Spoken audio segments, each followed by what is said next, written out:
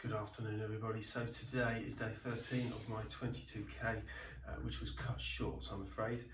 I've developed a case of shin splints on my right shin that barely mean I can actually move unless I keep coming home and icing it. So I'm going to be off the path for a while, but I'm going to be continuing on the cross trainer. Okay, so today's topic is lighting. On the topic of lighting, we have lots of different types of lights. People get a bit confused which ones to use. Modern cars have daytime running lights. These are dim ones at the front. They're on all the time. Side lights, these are for parking at night. I would advise you use these whenever you stop on night, even if you're staying in the car. It is a legal requirement to use those if the speed limit is greater than 30 and you leave the car on the road. If you have dipped headlights, which you all have, you should use those when it's getting dark, it's raining. Rain creates reflections on everything, so cars can see you on puddles 15 metres before your car arrives. They create reflections on parked cars, shop windows, housing windows, other cars passing. So really good idea to put them on at the first sight of any rain, any bad weather, and generally you can't go wrong with having them on. So that's that.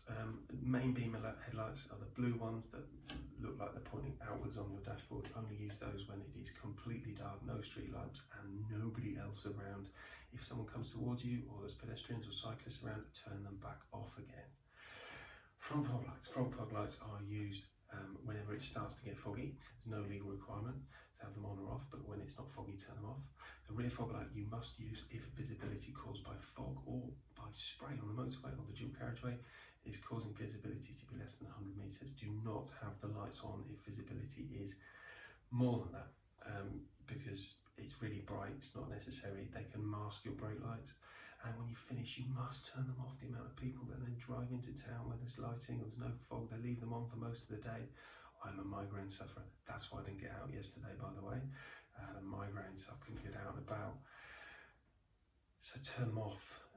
That's it. And the final thing about fog, automatic headlights, great feature on the Mini. Got a real habit though of occasionally turning on at a really inappropriate moment, like near a junction, so someone might be thinking you're letting them out. And also when it is foggy, quite often in daylight it's foggy, it's bright, so the car doesn't detect that they're on. So still no substitute for using your hand to turn the switch and put them on and turn them off again. There we have it. So I'm doing this to help promote my friend's challenge.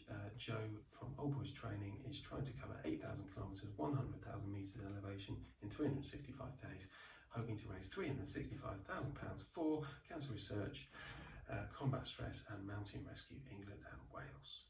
Check out his link below. If you'd like to donate, that would be lovely. If not, please follow Old Boys Training on Instagram, Facebook and Twitter. Have a good day and I will see you tomorrow.